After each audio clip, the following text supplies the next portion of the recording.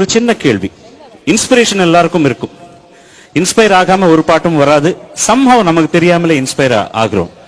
இன்ஸ்பிரேஷனால வர பாட்டுக்கும் இல்ல ஒண்ணு ஓணும்னே கேட்டு அந்த மாதிரி பண்ணணும் அப்படின்ற நினைச்சு பண்ண பாட்டுக்கும் என்ன வித்தியாசம்? உதாரணம் சொல்லணும்னா உங்களுக்கு எல்லாம் ஈஸியா புரியுற மாதிரி, அதாவது ஒரு பாட்டு மாதிரி இன்னொரு பாட்டு இருந்ததுன்னா அது பாட்டே இல்லை. அது இப்ப வேணா அது இமிடேஷன் நகையை போல அப்படின்னு சொல்லலாம். வீடு வரை உறவு, வீதி வரை மனைவி, காடு வரை பிள்ளை, கடைசி வரை யாரோ.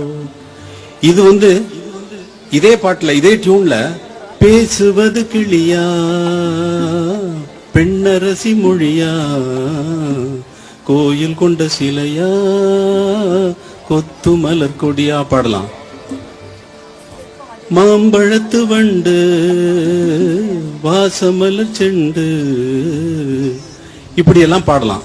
இது ஒரே ரித்தமிக் ஸ்ட்ரக்சரை வச்சுட்டு வேற வேற டியூன் மாத்துறது.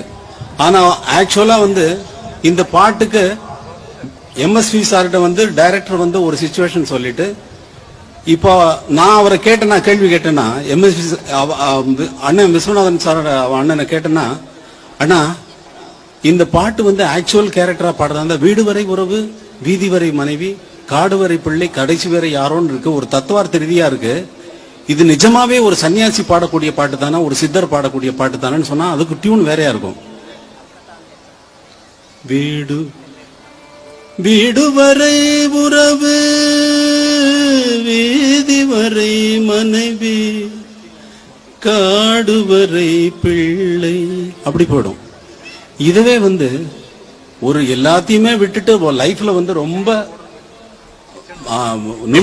நொந்து போய் வெளியே போறவனா இருந்தா அதுக்கு வீடு வரை உறவு, வீதி வரை மனைவி, காடு வரை பிள்ளை, கடைசி வரை யாரோ, வீடு வரை உறவு, வீதி வரை மனைவி, அப்படி போகும்.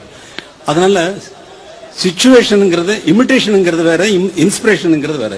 இன்ஸ்பிரேஷனுங்கிறது அதே மாதிரி பாட்டை உருவாக்குறது இல்லை, அதே விதத்துல உருவாக்குறது இல்லை.